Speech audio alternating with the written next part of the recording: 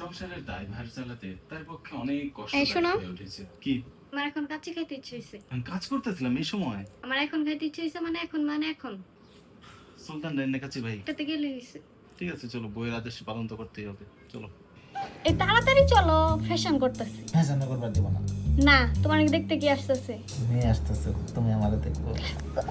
আজকে বাইরে বের হওয়ার পিছনে কোনো বড় কারণ ছিল না, মন চাইছিল একটু হালকা হতে, একঘেয়ে জীবন থেকে একটু ছুটি নিতে। আজকে হঠাৎ করে কোনো প্ল্যান ছাড়া আমরা বের হয়ে পড়লাম নিজেদের মতো করে একটু সময় কাটানোর জন্য। ঢাকা মানেই যেন সব সময় দৌড়, কিন্তু সেই দৌড় থামিয়ে একটা দুপুর নিজের জন্য রাখাটা আমার মনে হয় অভ্যাসে পরিণত হওয়া উচিত। তো আজকে আমরা ধানমন্ডির কাচ্চি ভাই রেস্তোরাঁতে আসলাম। রেস্তোরাঁতে এসে বসে থাকলাম কিছুক্ষণ, একসাথে বসা, একটু চুপচাপ থাকা, এই সাধারণ জিনিসগুলো কেমন যেন খুব ভালো লাগে। 2 plate kacchi, 1 glass borhani, 1 glass শরবত, এগুলোই অর্ডার করলাম। খাবারটা যেমনই হোক না কেন, যদি পাশে থাকে প্রিয় মানুষটা, তাহলে প্রতিটা মুহূর্তই আলাদা লাগে। কারণ এই ছোট ছোট মুহূর্তগুলোই সম্পর্কটাকে আরো গভীর করে তোলে। সবসময় যে ভালোবাসা বলতে বড় কিছু বোঝায় তা কিন্তু নয়। মাঝে মাঝে শুধু দুপুরবেলা একসাথে বাইরে খেতে যাওয়াটাই চুপচাপ ভালোবাসার সবচেয়ে সুন্দর প্রকাশ। জীবন প্রতিদিনই আমাদের ছুটতে বলে, কিন্তু আমরা ভুলে যাই সবচেয়ে গুরুত্বপূর্ণ সময়গুলোই আসলে সেই মুহূর্তগুলো যখন আমরা একটু থেমে থাকি, নিজেদের প্রিয় মানুষের পাশে বসে একটা দুপুর কাটাই শুধু নিজেদের জন্য। আর এমন একটা দিন আমাদের সবারই মাঝে মাঝে দরকার।